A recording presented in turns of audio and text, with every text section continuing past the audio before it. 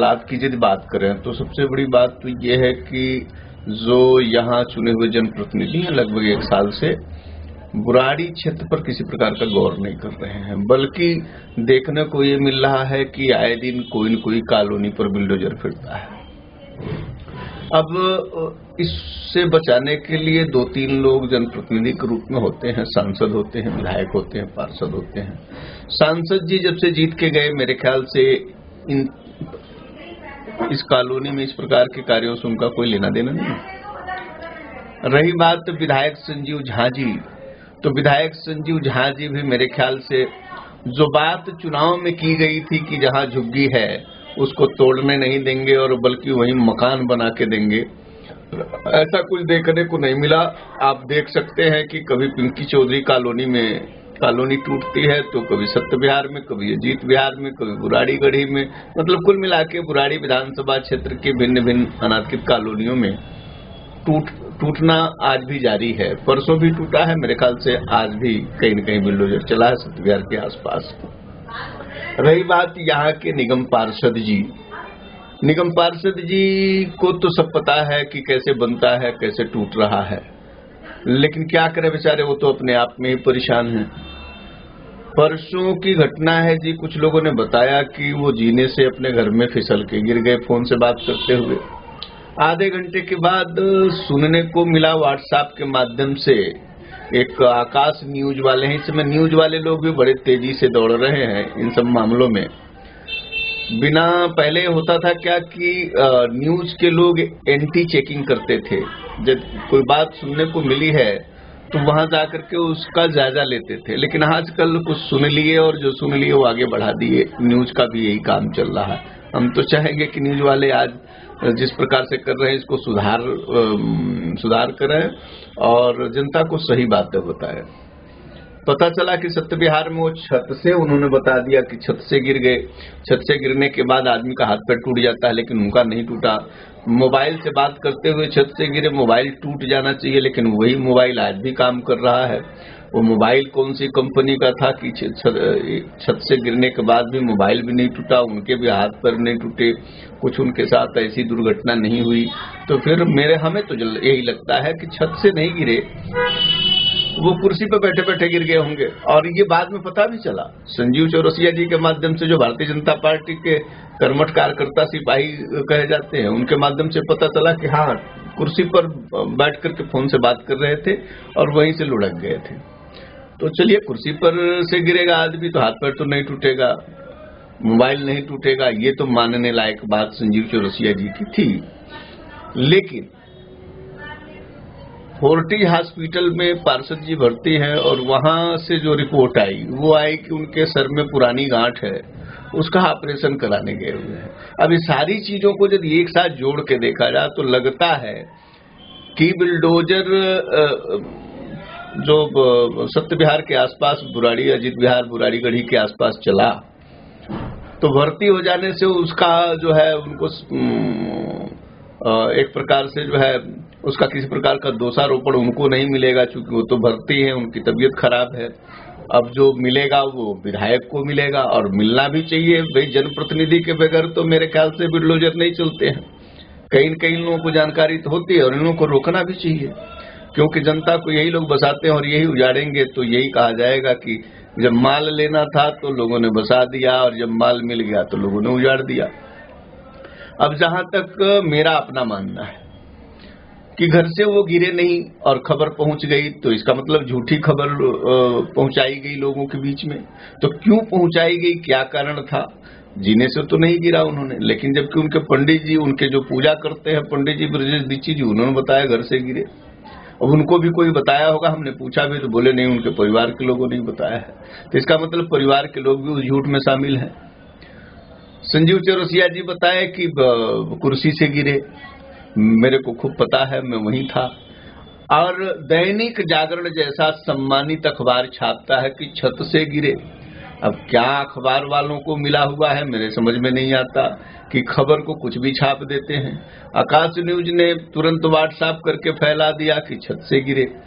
वहां पर हॉस्पिटल में फोर्टिज हॉस्पिटल शालीमार बाग में वो भर्ती है, जो देखने जा रहा वो देख के आ रहा, हाथ पांव सभी सलामत है। तो इसका मतलब यह है कि वो छत से नहीं गिरे, कुर्सी से ही गिरे। जो संजीव चौरसिया ने बताया वो सही बताए, और वो कुर्सी से ही गिरे होंगे, वो चाहे नाटक करके गिरे हों और चाहे वैसे गिरे हों।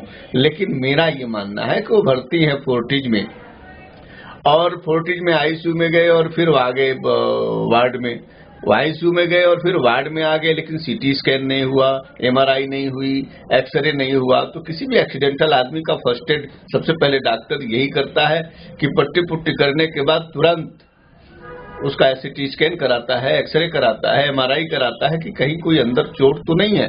लेकिन चूंकि बाहर से टूट फूट तो था नहीं, तो पट्टी बंधने की कोई आवश्यकता नहीं थी, और अंदर से भी कोई चेकिंग अभी तक आज 3 बजे तक नहीं हुई थी। किसी प्रकार का कोई मेडिकल रिपोर्ट तैयार नहीं था।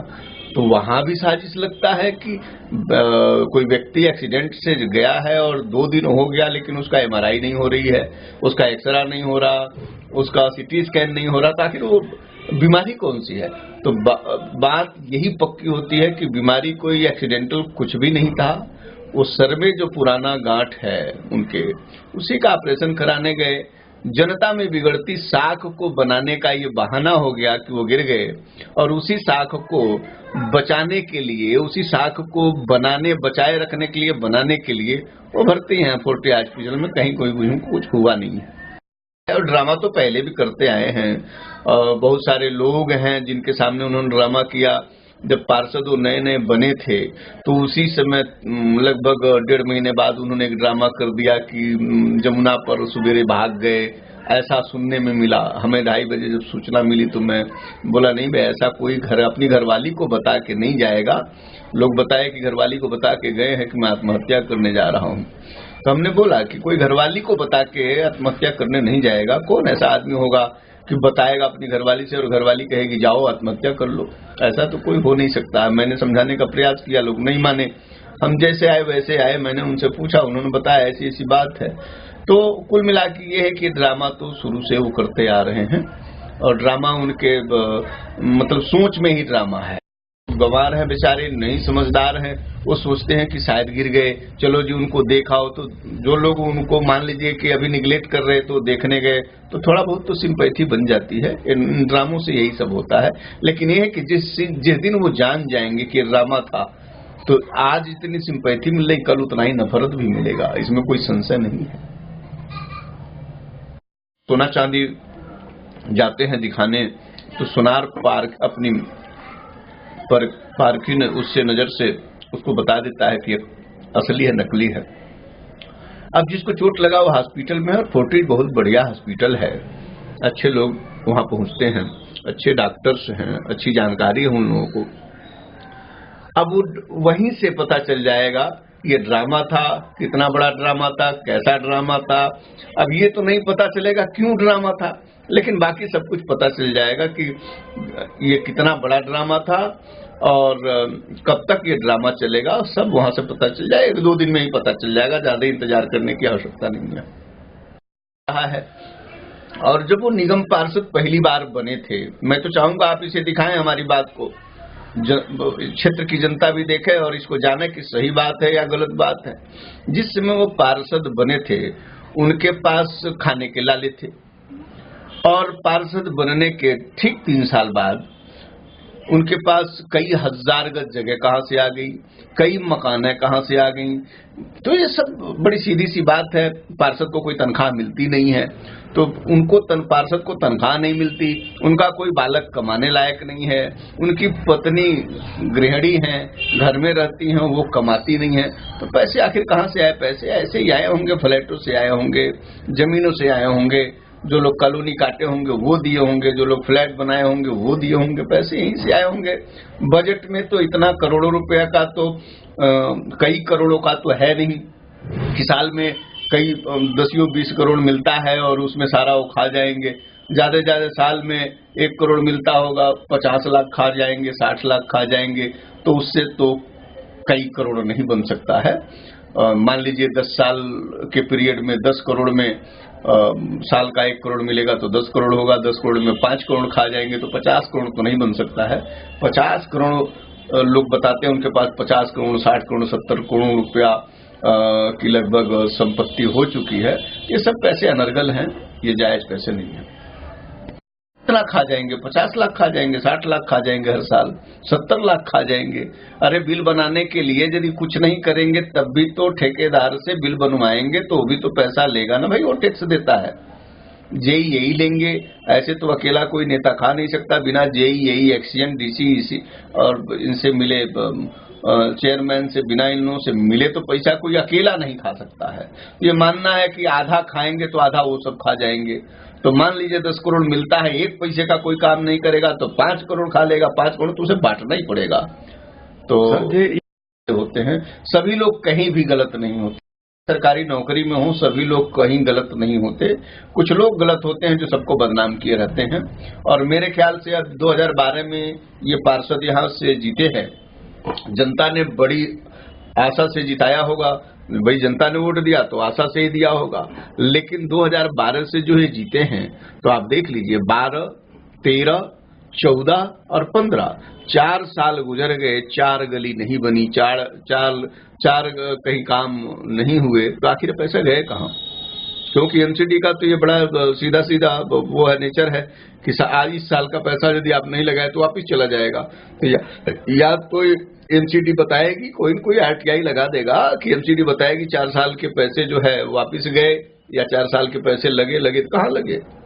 वार्ड तो इतना ही बड़ा है।